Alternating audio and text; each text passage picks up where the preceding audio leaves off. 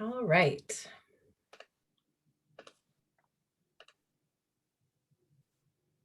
Well, All right.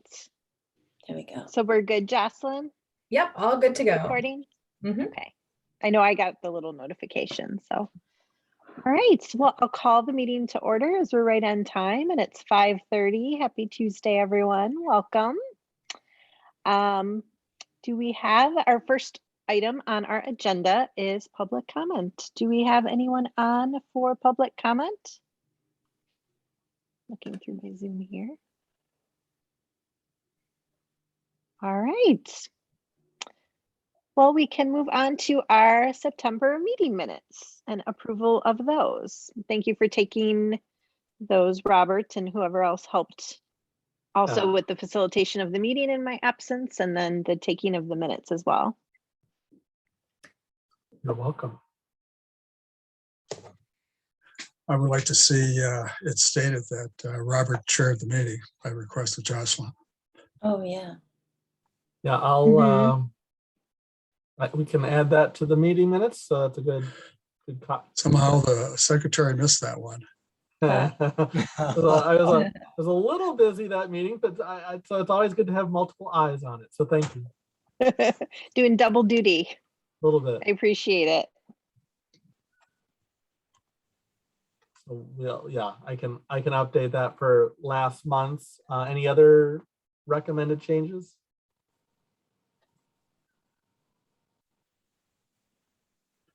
Move approval with that change. Second. All right. Any discussion or anything further? All those in favor say aye. Aye. Aye. Any opposed? And then I'll abstain since I was not at the meeting. Great job, Robert, with all of the dollar numbers. Thank you. Very Hopefully detailed. Hopefully I got them mostly correct. Yep, they look great.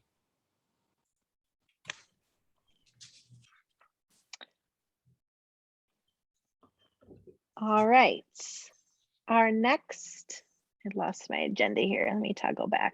Sorry. Oh, no, that's okay. I also have it under my Zoom window. Vendor report.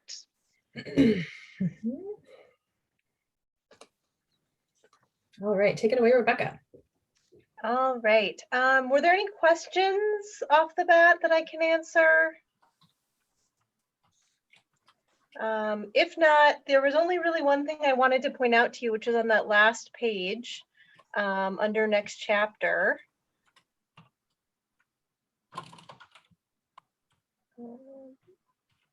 And that is that $16,518 for Fearing Electric Systems.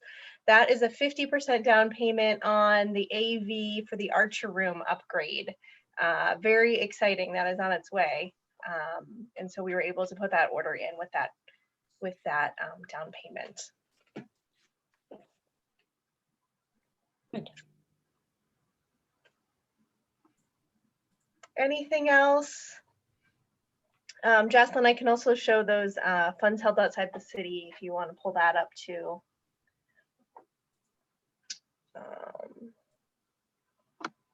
See here.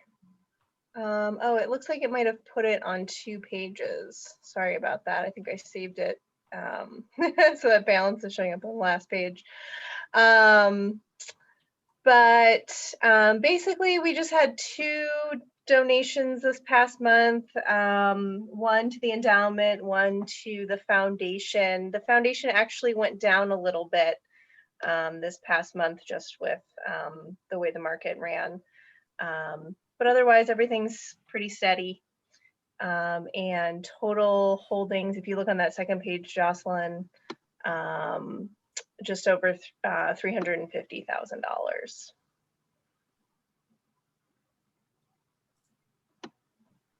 Any questions on that? Thanks for the update, Rebecca. Sure thing. Do we have a motion to approve the vendor report? So moved. Second. Second? Second. Go. All those in favor say aye. Aye. Aye. Aye. Any opposed? All right. And we'll move on then to, is there any other further financial reviews that you want to do with the fund balance, Jocelyn, and the next chapter discussion? Yep, just wanted to chat about fund balance a little bit real quick.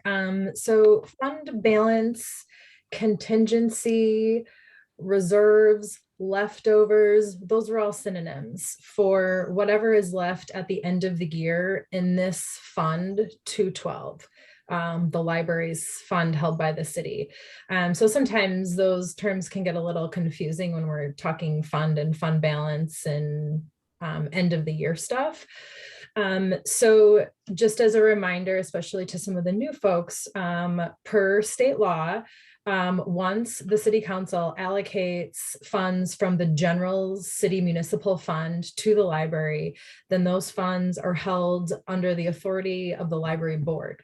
So at the end of the year, if we have money left in our fund, it doesn't roll back into the general fund like other departments, like the senior center or public lands or parks and rec.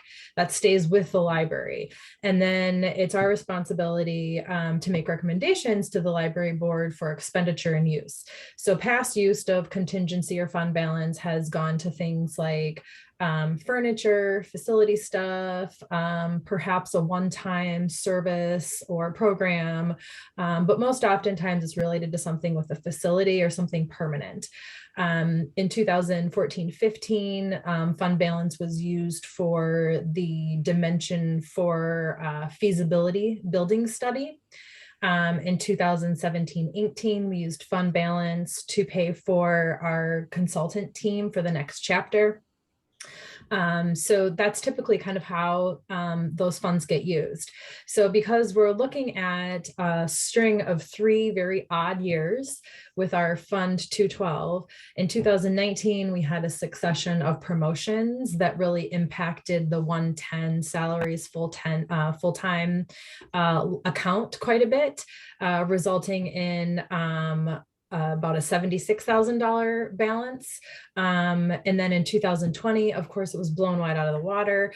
And then 2021, this year, we're looking at an expected fund balance of at least $20,000 to $30,000, which is actually pretty typical. If we can take a $2.5 million budget and get it close to $20,000, I consider that a budget pretty much expended. So this is where we're standing as of last week. And I just ran this for the whole month of October, so it would capture everything because I can't break it down into specific dates. So again, a quick reference for you to look at is this far column right here where it shows the percentage spent out, and then the unexpended balance right here at the bottom. So as we get towards the end of the year, we tend to have some bigger pushes with expenditures. Sometimes we've had in, for example, account 340, building grounds and maintenance, some needs related to the switching over of the HVAC for seasons. So at the end of the year, we kind of have a little push to see where we're at. The collection budgets are expended down right until the end of the year. So once we get into like February, March of the following year, then we work with the auditors and the finance department on exactly what that fund balance is. So we don't have a hard and fast number until then, but we have a pretty good idea since we know exactly what's encumbered at the end of the year moving forward into the next year. So our budget's looking really great. And we're looking at ideas for use of that fund balance and contingency. So I'll come back to that in just a moment, but I want to show you where we're at with the next chapter project because we are so close. So this is the project year to date. So right up here on the top, we have the source of the funds. So the total project budget was $500,000, 200 of which we fundraised and 300 of which we scraped from fund or contingency balance, and then a variety of other accounts in the 204 fund, which is held by the city. This was leftover grants, grant money, fines and fees, a miscellaneous smattering of things that we dug deep into past years and pulled together $300,000. So, and in the process, I will say, cleaned up the 204 fund, which really needed it. So, our final phase expenses, as Rebecca just pointed out, 50% of the total costs for Fearing. So we still have 16,000 left to pay them. And then we just finalized the last of the contracts with BSI for $82,310. This is the remaining furniture minus meeting room chairs. Surprisingly, chairs are a tough thing to match to our needs. And there's not a ton of variety per se when it comes to manufacturing. So we're ordering a small order of chairs to see if they meet our needs, and then order more if they do. If not, we'll keep working with the vendor to find something else that's a better solution. We need chairs that we're able to stack or move out of the way. Chairs with casters are very dangerous on an LVT floor, especially for seniors. They don't necessarily have locking casters. So sparing you all of the details on where and how you can sit, we have about $51,104 left, which will most likely be dedicated to meeting room chairs. Also, just for perpetuity and the demonstration of how this entire project was funded, in 2018, we used fund balance to pay HGA, and then earlier this year, we used fund balance to pay the $4,000 fees for the Madison Community Foundation for their services on the pass-through fund. Here is a list of all of our paid expenditures, which doesn't seem like that big of a list for how much work it was. But there it is all together. So one of the things that we'll be talking about as a staff in the next several weeks is what to do with our fund balance. In 2019, you'll remember on the board that we created a contingency policy. This was really to address that large sum that was left over from 2019. We don't want to be bankrolling our fund every year and essentially creating a savings account. We want to have a plan for expenditures. So here's a couple of things that is kind of our short list that is pulled from previous capital requests or things that got cut out of previous year's budgets or the next chapter budget.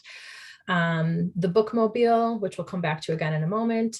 The word murals, you may remember. These are two murals that are multi-language murals that represent the top 12 to 15 languages spoke by families in Middleton.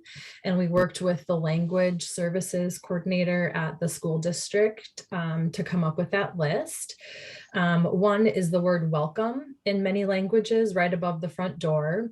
And the second is the word gather in many languages on the wall at the end of the hallway near the elevator by the meeting rooms.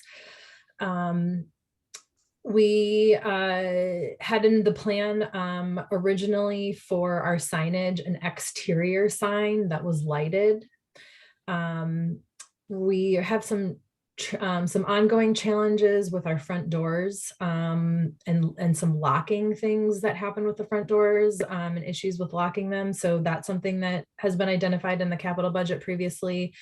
Interior painting, the soffits and the ceiling were two things that got cut out of the budget.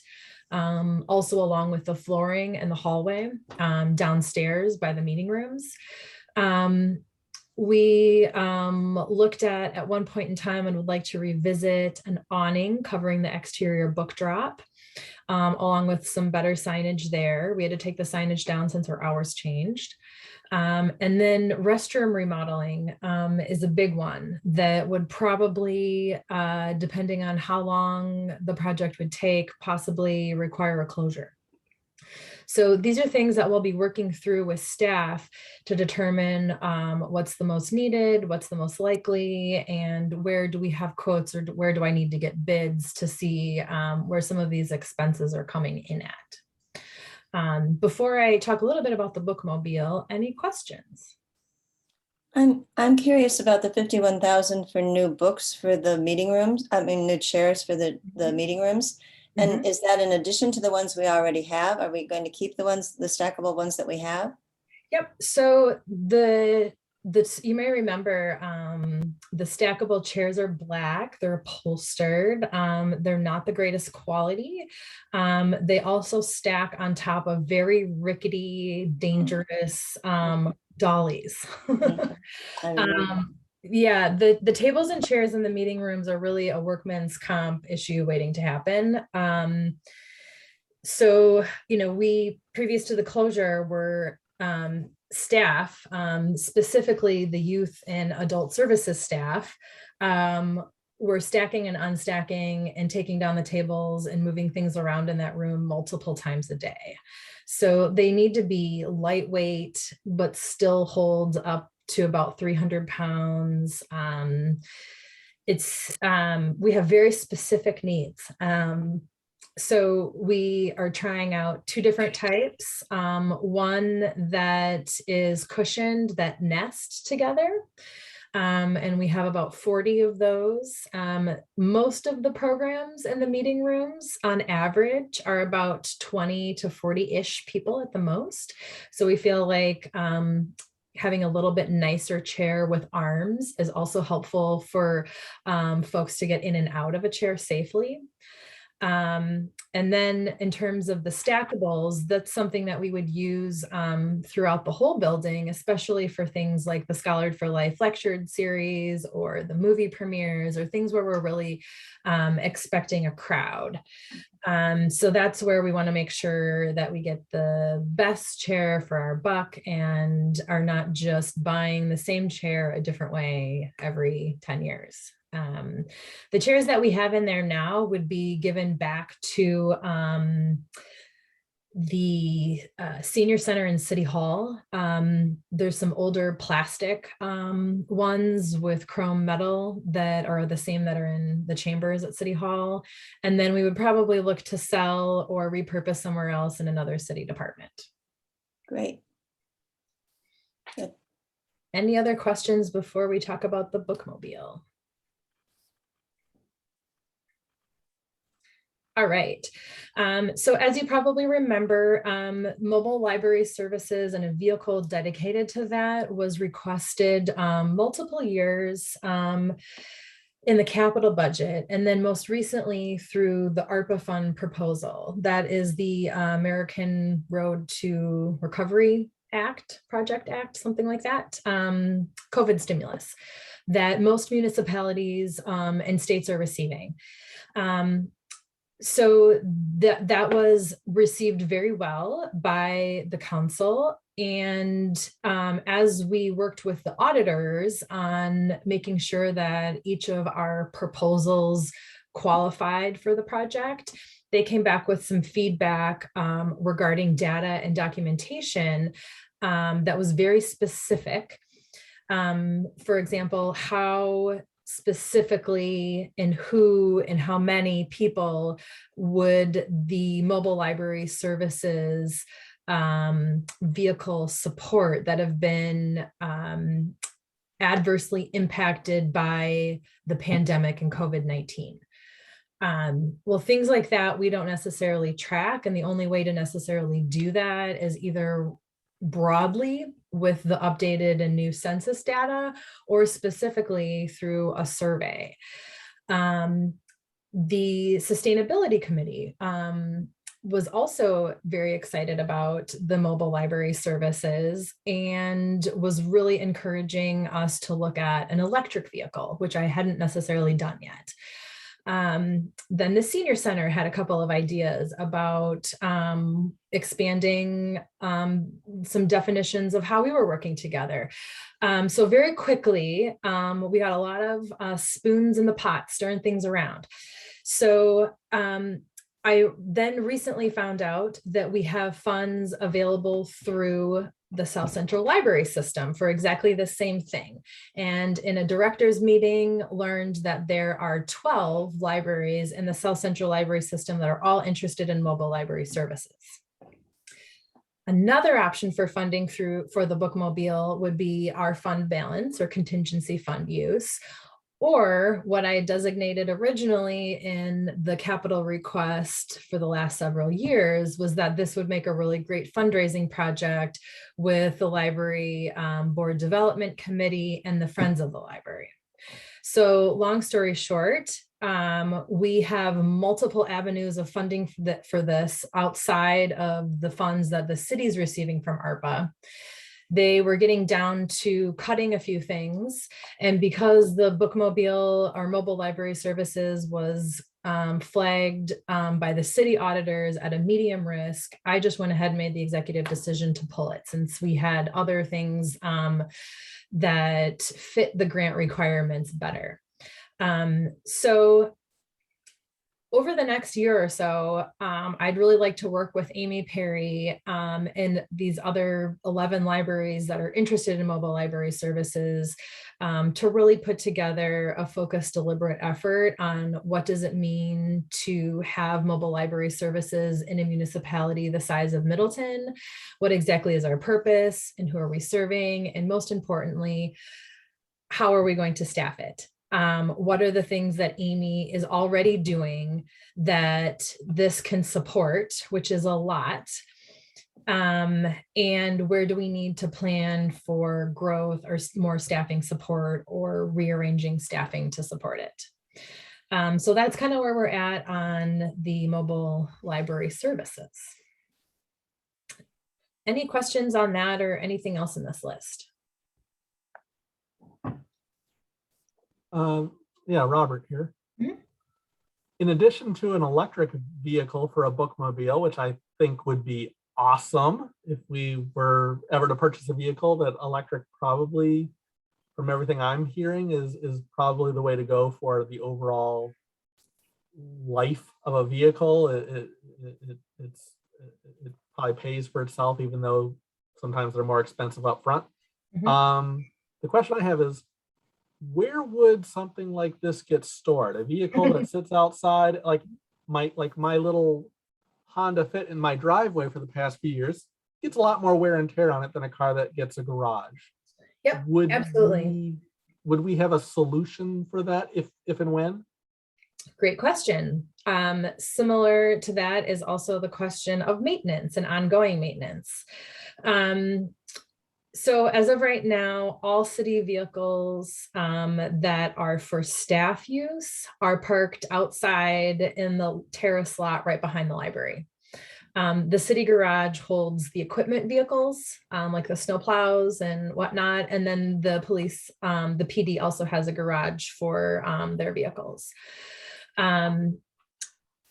We would need to work with the city garage to see if they can, one, store it, especially during the winter, two, maintain it, and what would that look like? I know that they are not super excited about the transitioning the city fleet over to electric, but I don't know all of the ins and outs there. I'm confident that we could find the funds moving forward in the 212 fund if we have stable funding moving forward. So that's another reason I kind of wanted to slow it down a little bit, because we don't know what our funding is going to be for the next couple of years coming out of the pandemic. The county was very generous. The County Board of Supervisors was very generous in kind of throwing out 2020's stats for that 3-year average, but they can't keep doing that.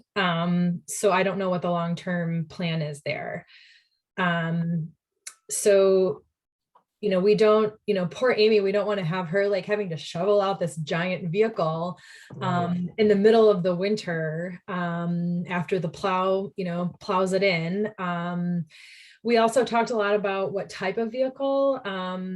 It's from what I've been hearing from some of the excitement and buzz is that people really want a vehicle that they can board or they can get onto.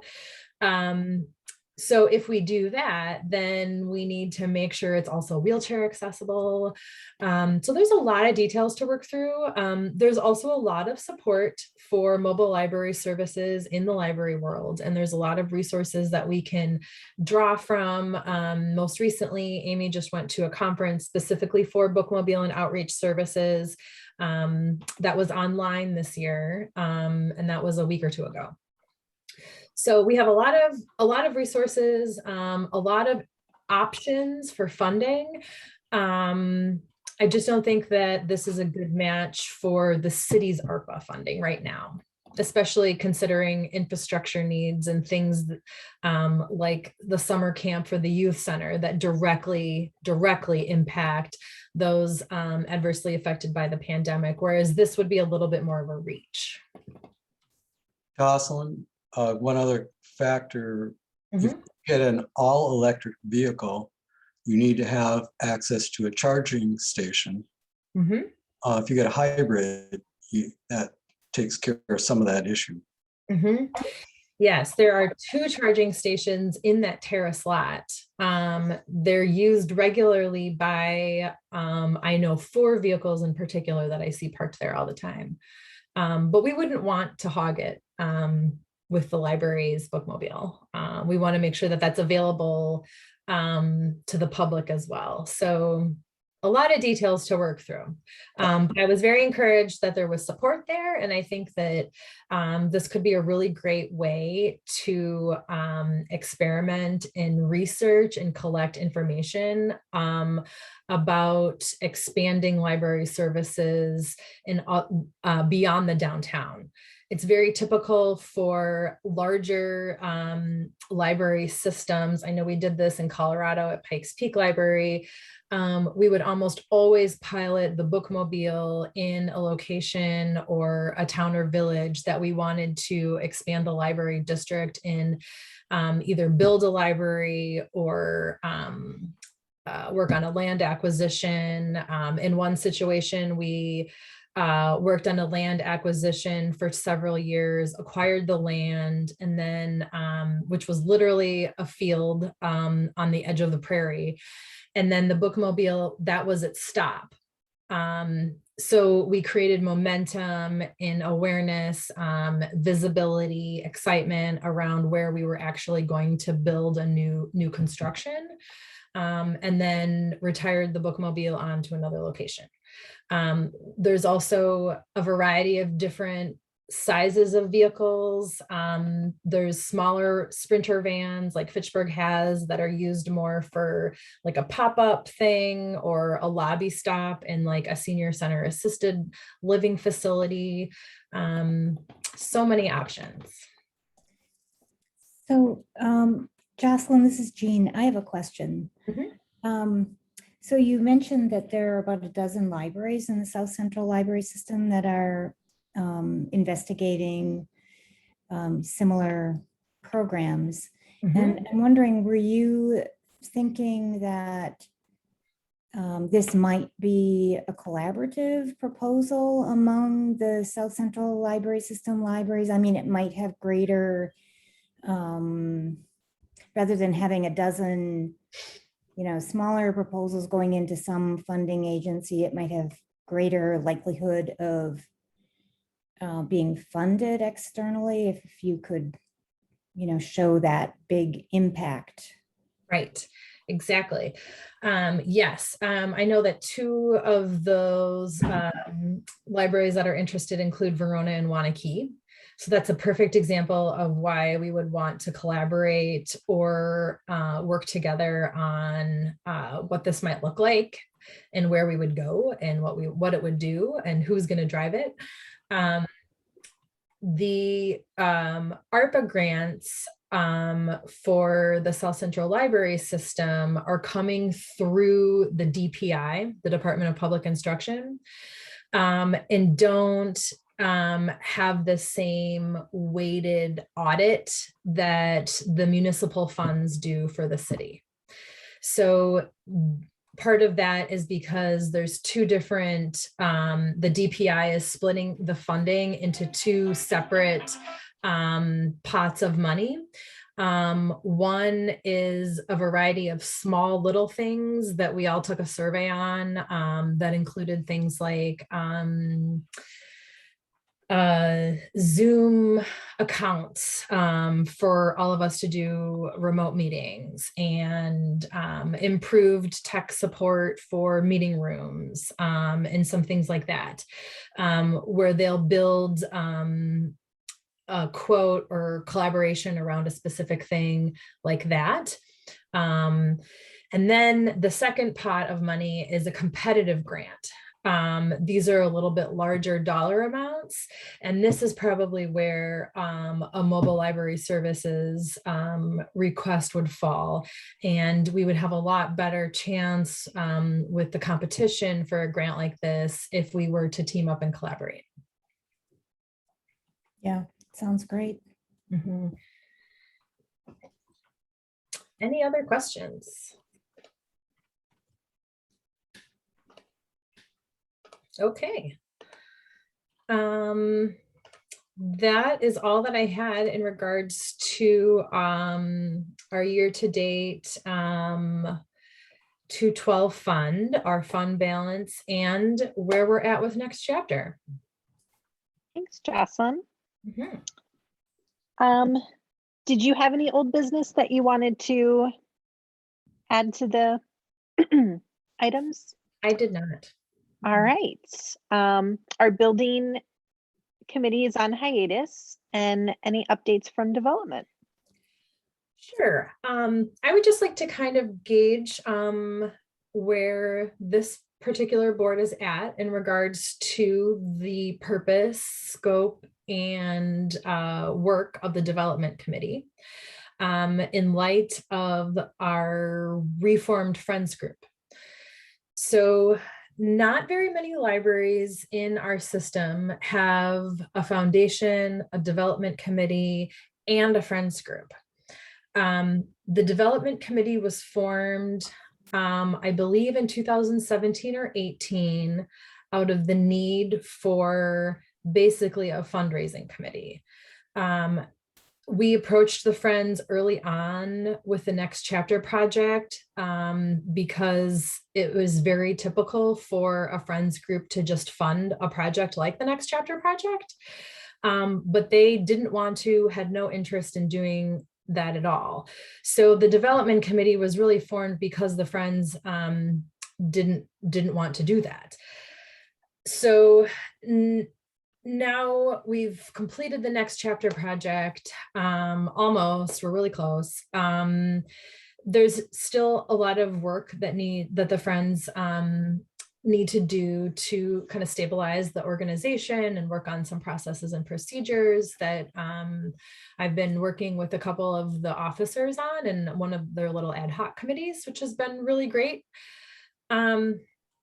So I'm kind of left with wondering, what's the purpose of the development committee? Do we need it? Where do we see the development committee coming into play into the future? Or is it just a couple of trustees that form an ad hoc committee to help work with the Friends when a project or something comes up? So I don't necessarily need any answers today, but I kind of just wanted to see where people's thoughts were landing and listen to the trustees have a discussion around this. So I'd like to listen to what you think. Thanks, Jocelyn. I know having been on the development committee, especially through the Next Chapter project, I know like we had representation from the Friends board that was on there, but it always, at least from my perspective, like we worked jointly, but it always felt weird that we were doing fundraising outside of the Friends. So I do wonder, like, I appreciate your question. Like, is it more, do we need a separate committee, or is it making sure that we are working very tightly and closely in support of the Friends to do the fundraising?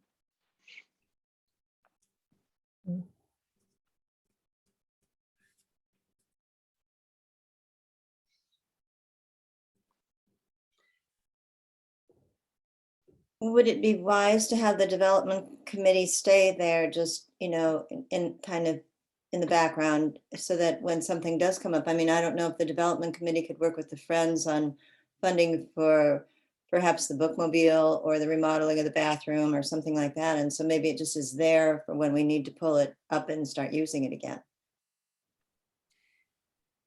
That's a great question, Rose. I would say at this point, the committee members have either joined the Friends or have left the Friends, or include Mary Beth, myself, and Rebecca. or We're the only ones left. Yeah, or they were previous trustees, like Courtney and Chris, who are no longer here.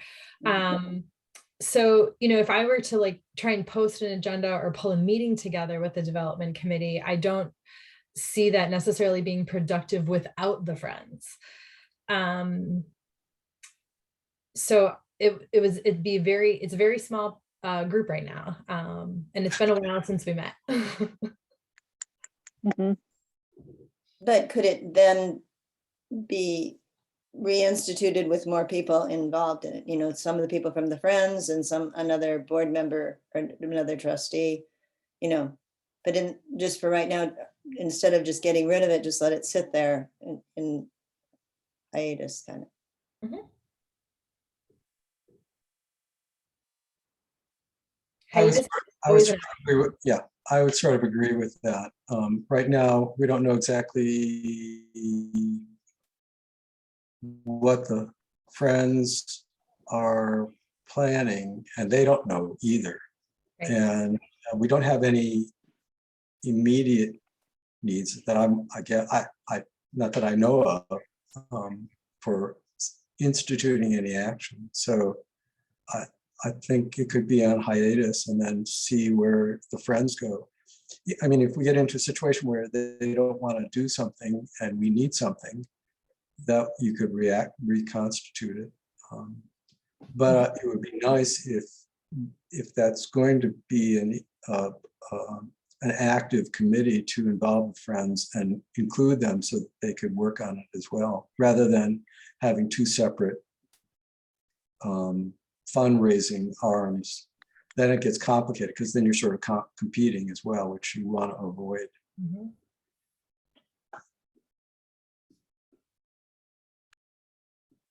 So this is Jean.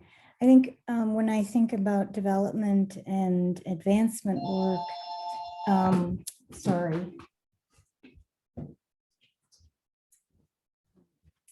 that I think that maybe there are some things that could be happening ahead of any big targeted fundraising activity, and maybe you're already doing things like this, because I think of this as sort of building relationships, so that when you do have an item such as a bookmobile or something like that, you have relationships that you can tap for support. So, maybe ahead of any big, proposal, which might be a year or two out from what you're saying. I mean, do you have a group that, I don't know, like visits businesses and industry and just has a kind of a sit down and talks about what the public library does for, the Middleton city and community? Do you have like, a magazine that could be, that you have a mailing list for, that you could then, distribute to these groups. I'm just kind of thinking about some of the things that we do that that have led to, like, we didn't do it with the intention of seeking gifts, but have led to gifts. Like, just for example, we publish a lot of stories around involving university students in research.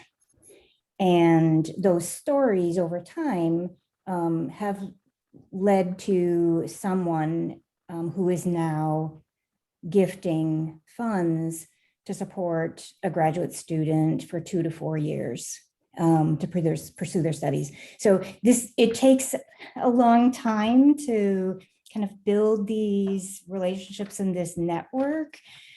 And you never know sort of when a gift might emerge.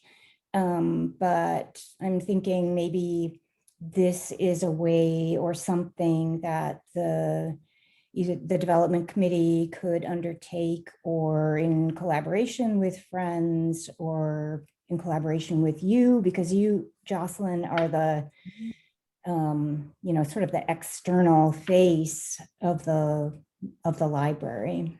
Mm-hmm. Those are all really great, really great insights, Jean, and also music to my ears. That is exactly the sort of thing that I think the library director's position should be doing, and will truly have time and energy to dedicate to that when we have the deputy director hired. Because that person will really be focused on the internal operations, staff development, and training, pulling together operations so that the library director can spend more time out of the building and more time on things like these relationships, and working more with other city departments. Yeah. So not really, to answer your questions. We don't really have a formal or organized strategy around doing any of that. We sort of were doing that at the beginning of some of the next chapter stuff, but it was kind of a reach, because I really ended up project managing so much of the details with the actual work. I just didn't have the capacity to be setting up meetings. We had a few, a handful of them, like one with ETC, another with a couple of like a big childcare facility. So there's a lot of opportunity and a lot of room to be able to do that. We also kind of brainstormed a list. I remember, Rebecca, at one point in time, we were talking about like offering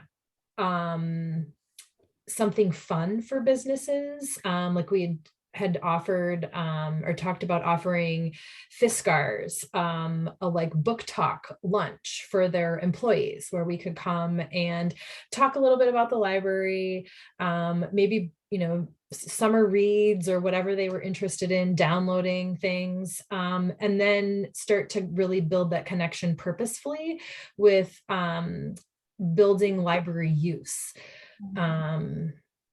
So yeah, I love those ideas. Yeah, so I mean, our rule of thumb, or the UW Foundation's rule of thumb, is that you have at least 7 to 9 interactions with an individual, or usually it's an individual, before you even make any kind of ask. That you have to, and that's true of any relationship, right? And it's true of these too. I think, not to belabor this, but I think this also gets into, and you've touched on this before, Jocelyn, the whole area and the importance of communications, and that not just in libraries, but in any organization, and what a strong communications arm can do to support any development and advancement work that you want to undertake. Mhm. Yeah, all great thoughts, Jean. Thank you.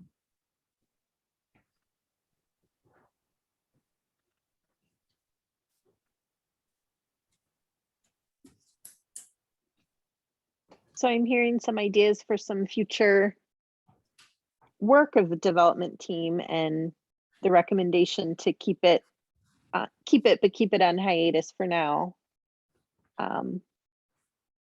Anything else that anyone wants to contribute to the discussion? I guess this is Teresa.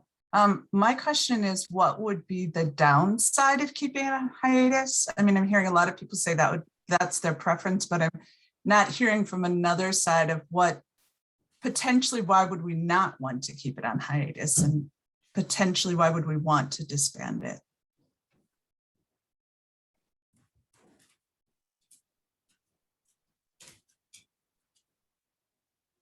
Just to speak to that a little bit, I think, we don't want to have committees that are just perpetually on hiatus without a clear purpose or sunsetting plan. The building committee was formed before I started, and really had the focused work of the feasibility study. And then that sort of turned naturally into the early work of the Next Chapter project. But now naturally that work is done, and I would foresee the building committee really coming back to life with perhaps, like, for example, if the community campus plan was revived off of life support, that would be a place for the committee to come back. So it's, I guess, in some ways just keeping things tidy and less redundant. But I would be more than happy to keep the development committee on deck, and we could just have our committee updates either taken off the agenda each month or just on hiatus until further notice.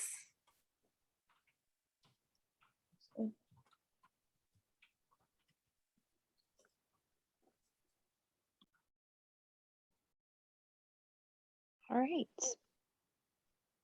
So hiatus for now and revisiting in the future. Sounds great. Thank you. Thanks, Jocelyn.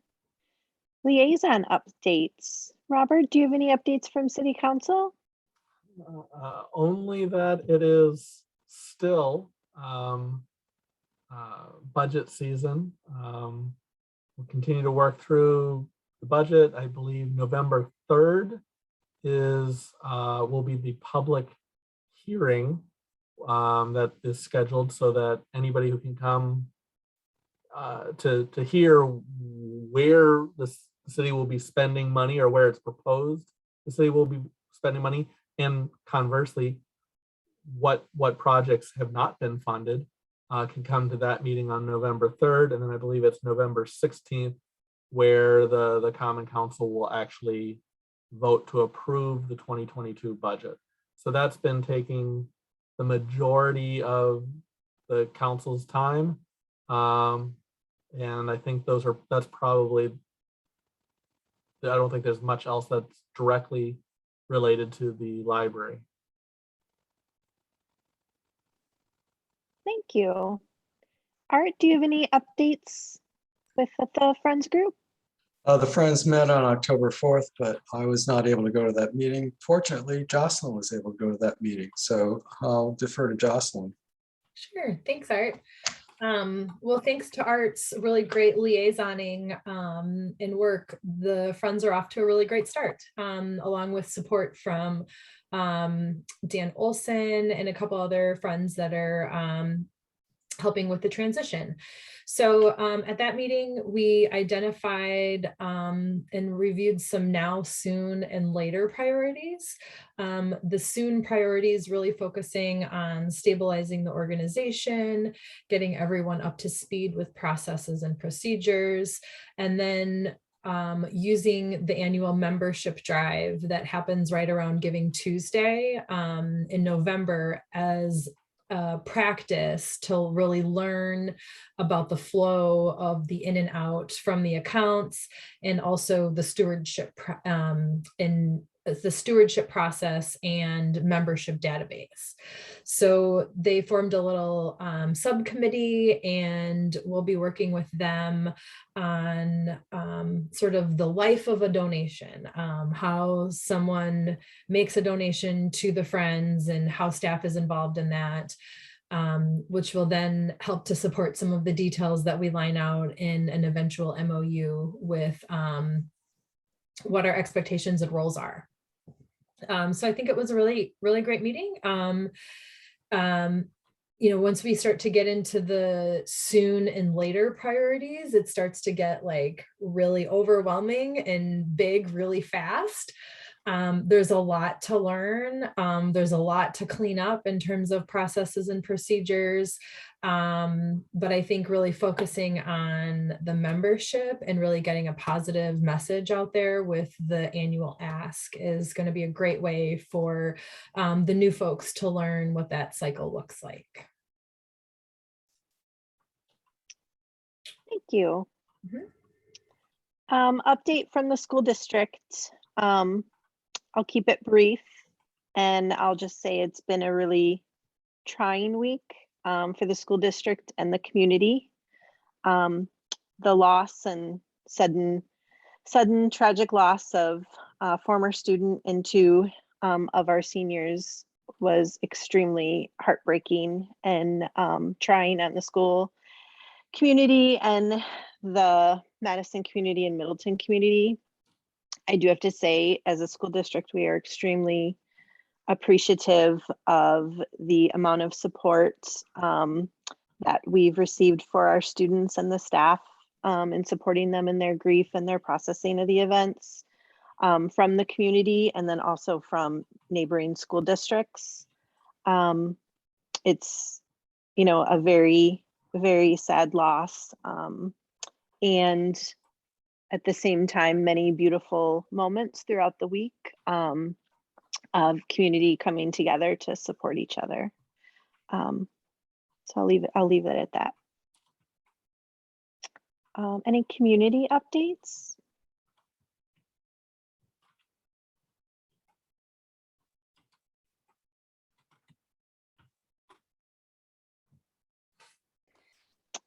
This is open to And- anyone. Yep. Just want to say that that standing agenda line is open to anyone that has anything to share that's happening out and about and around the community that you'd like us to know about, or that would be of significance to the library.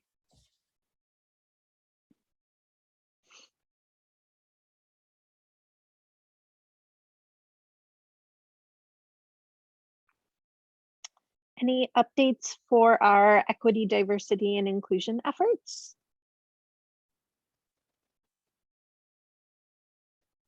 The equity committee, there were 4 members who wrote up a resolution and presented it to the school board in support of what's going on in our school district to expose systemic racism.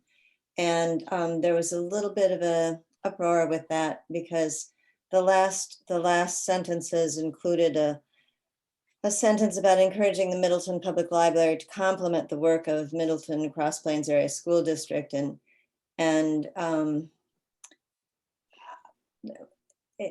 we've had discussions since then and felt very uncomfortable with the fact that that sentence was included in there, and that we should have been in much closer contact with Jocelyn about the many fabulous things that are going on at the library. And so everybody is feeling very apologetic and feel that we have learned from this and that we will move on. But basically the feeling was that this was a resolution in support of the school district. And then that the library could help the community at large know what's going on. Whereas there's so much already going on that Jocelyn should have been included in writing or in giving input at least to the resolution. And so I will extend the apologies from the committee that was involved in writing it. And I think they will be in touch with Jocelyn too. I don't know if you want to say anything to that, Jocelyn. Everyone has really great intentions and wants to make our community the best it can be. And we're all doing our best until we know how to do better. And then we do better. While we may have missed one opportunity to really join forces and unite around our communication efforts, there will be more. And so I'm really encouraged by this group. I think it's a really great example of how a grassroots community organization can really drive an agenda and really unite and connect city departments and community resources. I also think that when we think about what we're offering at the library and where we're putting our time and our assets, our assets are our staff, really. The staff time that we put into creating services, the staff time that we put into training. So when we look at how are we expending those assets, I, as a director, am always looking at where do we have the most impact on those that are in most need or that would benefit the most from these assets. And so a lot of times that is not going to necessarily look like book discussions or lecture series. It's going to look like more perhaps of a behind the scenes effort, like what we're doing with the YWCA, because that is literally transforming and has the opportunity to transform lives. That's not to say that book discussions and lectures aren't important, but when we look at who is this for, we're really looking at educating a majority white audience. And that is important. And we need to put assets and funding and time and capacity towards that. We're also in the early stages of really strategizing around what does diversity, equity, and inclusion efforts look like, and how are we expending those assets? So I'll get into a little bit more of that in the roadmap report. Thanks, Rose. And I just would like to add too, that as a result of that, in talking with Jocelyn, we decided that we needed to come up with an equity statement. I don't know if that's the right word.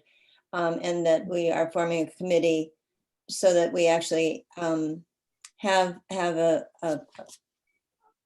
some formal statement from the library about what our plan is for equity. And Jean and I think Mary Beth and Karine, we're talking about getting together and working that out. And Jocelyn and Jean have already come up with some suggestions that we need to look at. And yeah, so we need to work on that. Yep.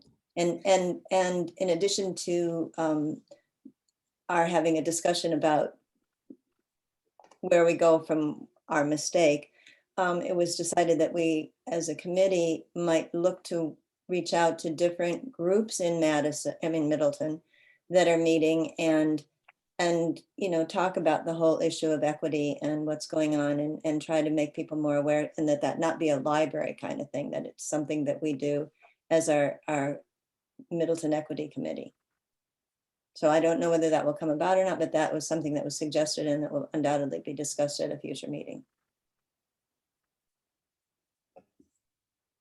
thank Rose, you. a question. This is Art. Yeah.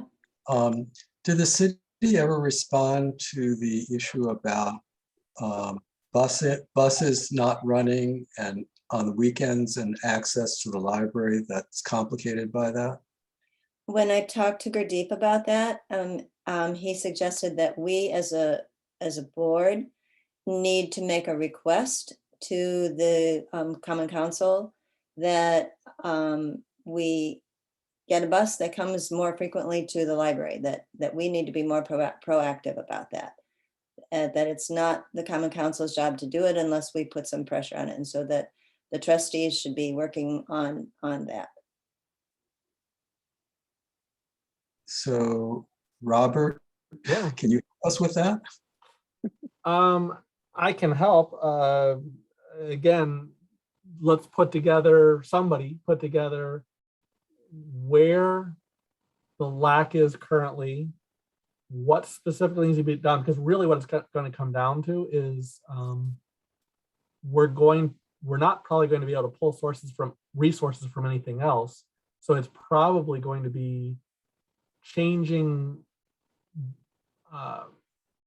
bus service from one area and one time to another area and another time, because it's amazing how expensive the Madison bus system is to cities, and every year it goes up. And in fact, last year the cost went up and the service went down.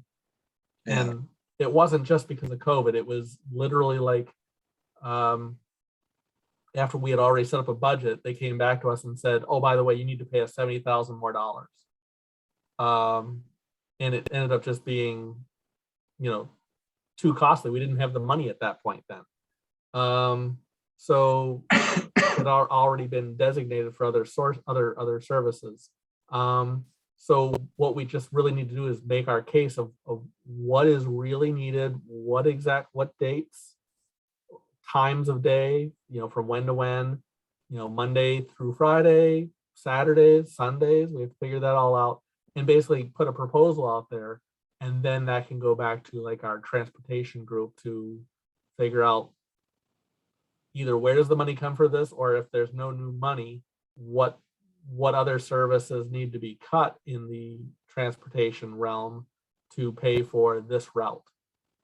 Robert, before you go further, I would just like to interject one moment. Thank you. We have on the city planning department a professional who is dedicated to bike and pedestrian planning. So before any of that happens, I would highly encourage you to seek to learn and understand what has already been done and where the expertise in this field lies, and then support that. Sure. Rather than try and figure it out and solve the problem and then put forth something to the council. So Mark Opitz is the person to talk to, and I guarantee that he has answers to all of these questions. Great. I guess I presented the problem to the Board of Trustees last spring. It's very simple. On Saturdays, when kids are out of school and could come to the library, if you don't have a car, you can't get to the library by taking a bus. Or there are certain times you can get to the library by taking a bus, but there's no way to get home by taking a bus, which makes it inoperable. So, and the nearest bus stop to the library is, I believe, either a block and a half or 2 blocks away. The nearest bus stop is actually right behind the building on Terrace Avenue on the corner of Parmenter and Terrace. So it's about 150, 200 yards from the library. But it's on the back side of the library. There are no buses that run down Hubbard. Right. So if you're a little kid and it's winter, it may not seem like a big deal, but it's really the times of day that they run or don't run.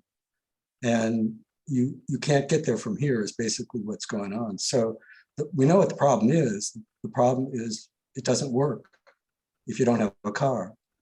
I don't know, other than changing the bus routes, how you solve that, because walking and biking isn't going to do it. So if you look at the bus schedule, that's all I did. I got the bus schedules off the city.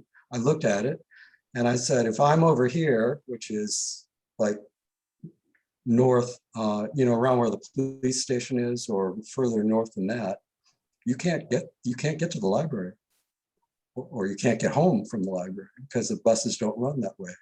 So that's the issue. The question is, well, then you make the proposal and you say, can you change the bus schedule? I don't know other than that what you need to ask for.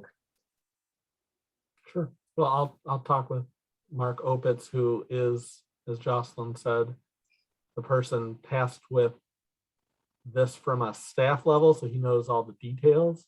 Okay. And see what can be done with Madison's bus system. Yeah. It's an inclusion issue. It's a structural racism problem. If you don't have a car and the buses don't work for you, you're excluded. Yep.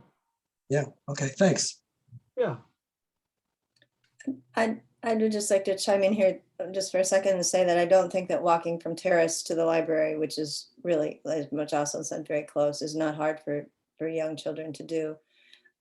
I know that our students that live right on either side of my house walk 0.8 of a mile every day to and from school because there's no bus service there.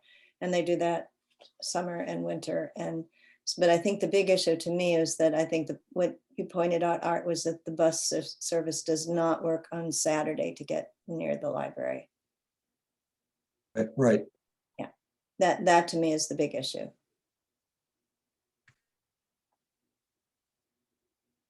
Thank you, everyone. Jocelyn, do you want to go through the September roadmap and director's update? Sure, I can run through this real quick. September was a bit of an odd month. We had been really hoping to move forward with reopening efforts and finalize the reopening of the large meeting rooms and start to hold larger gatherings again. So with the mask mandate reestablishing in September through October, and now again until the first week of November, morale was low in September at the library with staff. We really felt like the bottom of the summer just sort of fell out from underneath us. September is also traditionally a bit slower month and is the time when staff typically take vacations with people going back to school and reestablishing routines. We have typically seen an uptick again towards the end of the month and then going into the winter. So we'll see how things progress moving through the rest of the year here. Some really great things to share still happening. The library recently finalized the MOU agreement with the YWCA to provide a site for restorative justice circles. This will happen in the former bookstore space. And we're really excited to be working with the school district, the police department, and our municipal court judge, and the YWCA to help support the creation of something like this. There's a lot of research that shows that juveniles who participate in a restorative justice circle practice are much less likely to recommit a crime or have much lower re-syndication than they would if they had just been punished or cited for whatever the misbehavior was. We are also training 2 to 3 of our staff, including our teen librarian, Kelsey Hudson, on what the social justice healing circles look like. So that way we can help to support and recruit volunteers and be able to talk clearly and supportively about the project and the program. So this is a really huge step for the library and something that I think we'll start slow with and really build and has the capacity to really transform lives. So more on this to come. Obviously, the things that happen with juveniles in these circles are confidential, but we can definitely talk about the process and outcomes as we move forward. We're continuing our staff training focused on supporting staff and their learning and unlearning around social justice, racial justice, bias, discrimination, equity, diversity, and inclusion. One of the big things that staff has provided for us in terms of feedback from the trainings that we've done this year is that they would like to keep going. They would like more opportunities, and that they really appreciate the two-way multi-direction conversations that happen. So we're really looking at continuing conversations for staff as a place to practice some of the things that they're learning. I know myself growing up in the 80s in small town rural Wisconsin, I certainly didn't have the vocabulary to understand or to discuss things like redlining, white fragility, prejudice, implicit bias. So there's a lot of normalizing around language that these continuing conversations can help support. Further down the road, hopefully before the end of the year, the library board will have a follow-up to the 2020 Juneteenth statement and a formal equity policy that can then help support my efforts in creating a framework with staff. The three big pillars for racial and restorative social justice are normalize, organize, and operationalize. So we've done a lot of work this last year and a half with normalizing things. Normalizing the language, normalizing the fact that yes, we're going to spend money on this service or this project.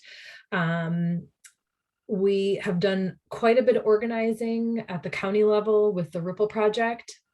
And now we really need to look at who are our community partners, like the YWCA, the school district, other city departments, and how can we begin to operationalize a lot of these efforts.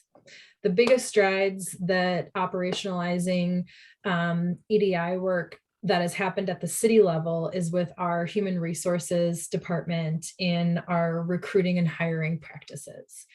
So Brian Woltopper, who is our HR manager, has done a really great job in identifying where there's bias or inconsistencies within our hiring practices and beginning to suss out some solutions to those things. The library is in an excellent position to be a leader in this area because we are one of the largest departments and we have the most turnover within our entry-level page position. So that's an excellent place to be able to try out some of these new recruitment techniques, sometimes as basic as like where we're posting the job descriptions. Larger things can include whether or not we're requiring traditional degree requirements for professional positions. So those are all things that we're working on or have made some pretty significant strides in terms of our procedures and consistencies with. I think I included the list of other things in a separate document in the email materials for this meeting. So let me know if you've got any questions on that, but I'm looking forward to working with the trustees on a policy that can lead to a more formalized framework. We've had a lot of really great feedback on all of our outreach efforts this summer. It's always really fun to see people out and about. The downtown Thursday night concerts that were happening at Stonehorse Green were a big hit. Hopefully we'll do those again next year if Stonehorse Green isn't under construction. I think I mentioned this in months past, but earlier this summer, when we cleaned out the bookstore, most of the shelving was donated to Medina Academy, which is the Madison's only Islamic school in Dane County. They have a new to them space that is adjacent to their mosque and community center. And that space includes a library. So they were really excited to have shelving and furniture to be able to support that space. And hopefully we'll have a tour at some point before the end of the year. And then we're also doubling down on question. Have library been giving furniture and things to religious schools before?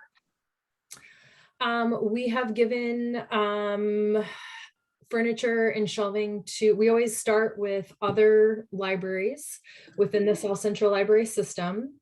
And I mean, I can understand public agencies and school districts, but private religious schools.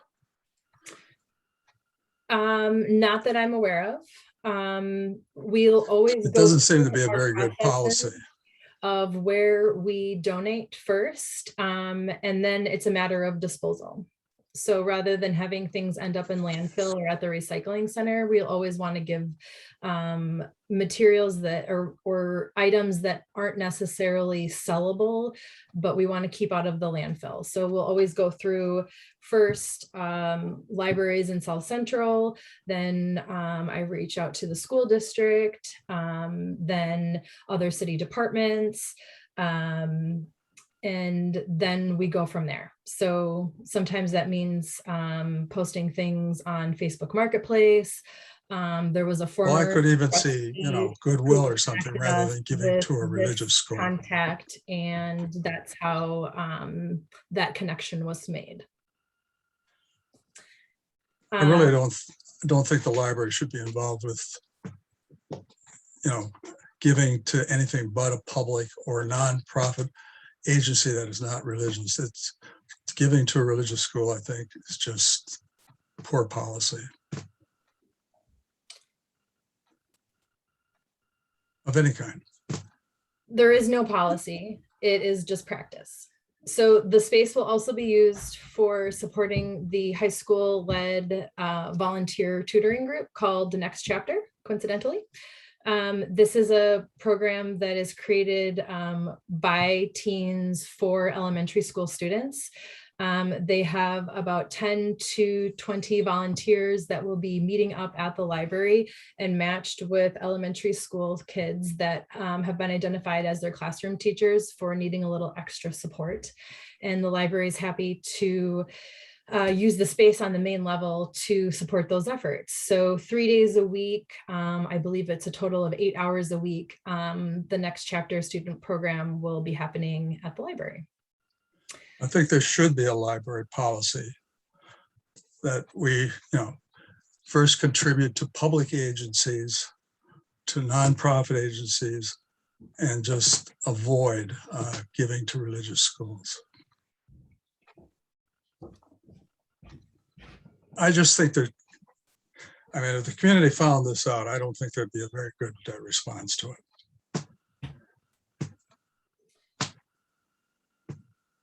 There's a lot more to dig into there that I think we could save for another meeting, Ralph. Moving on here, sharing the impact. Moving on. Okay.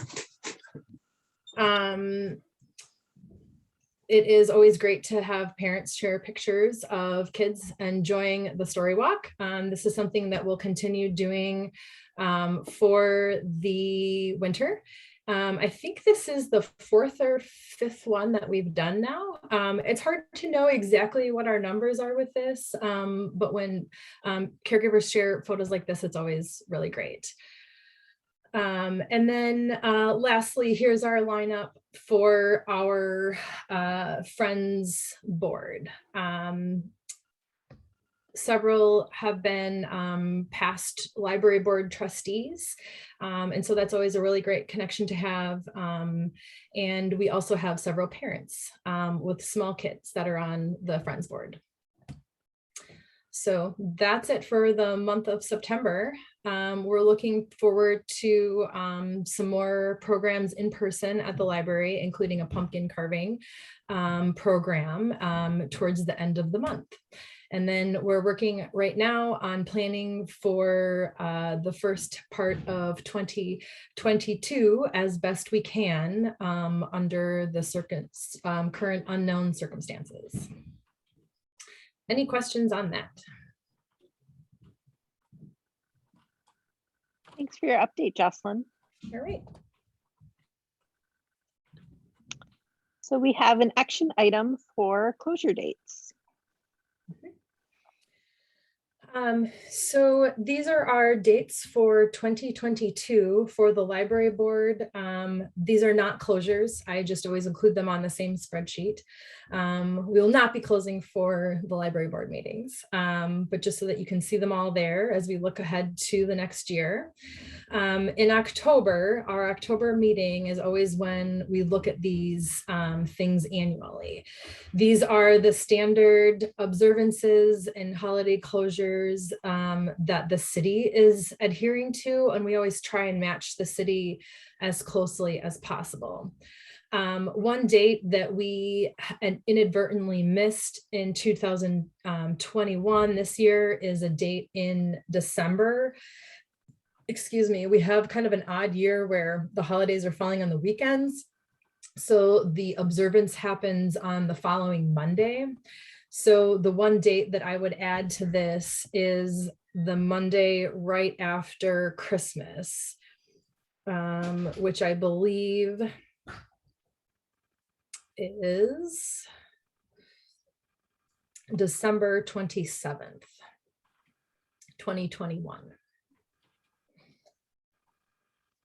So the motion would be for December 27th, 2021, and the dates listed for 2022. Any questions on these holidays?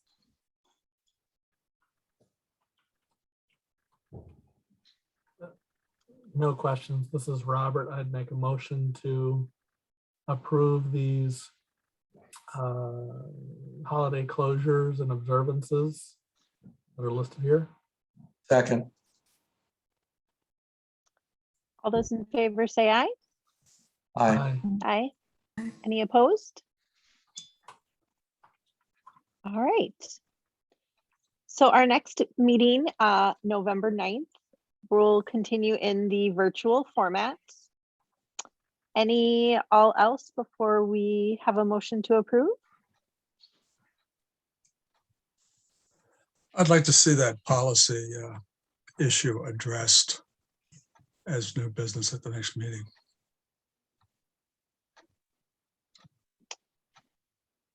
We can perhaps come up with would it be appropriate, Jocelyn, to have a disposal of materials policy? There is a disposal of materials policy for the city. And I've already spoken with the public works manager along with our maintenance and city administrator on this previously. And if things are of no value and non-auctionable, we do our best to keep it out of a landfill. And so that's where this is. And so if there's a problem because this is a religious organization, and you're looking at this from a religious standpoint and not an educational standpoint, then I think that begs a further discussion offline. Of course, it's going to have to be on a religious basis. You know that. Then I think that conversation should happen outside of the library board meeting. The library has the right to make their own policies too. So I'd still like to bring it up.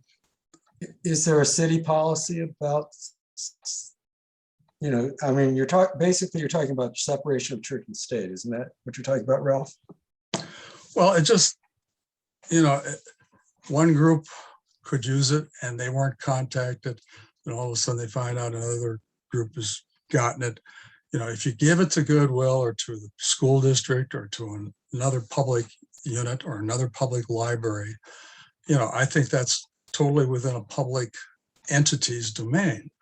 But to start to single out a specific religious group, We're not singling think- out of a specific religious group, and we try our best to follow that flow of disposal. And we are happy to support educational efforts that happen whether or not it's in a religious school or not, especially if it keeps things out of landfills. I would encourage you to really apply an equity lens to this situation, Ralph. I would Where encourage you to look at public policy throughout the whole United States. this So is it- where this should happen offline. I was just about to say, I think that perhaps we should continue that discussion at a later time. And do we have a motion to adjourn? So moved. Is there a second? Second. All those in favor say aye. Aye. I, Aye. Thank you, everyone. Thank Thank you, you. Mary Beth. Thanks, Mary Beth. And did you and Jean and Rose want to stay on just to look at schedules really quick? Sure. Yeah, sure. we can Okay. maybe get some dates together and then see if they work out for Carrie. Great. Thank you. Thanks, everyone. Thank you. May want to do a spell check on the word observance. Have a good one. Thanks. Thanks, Ralph.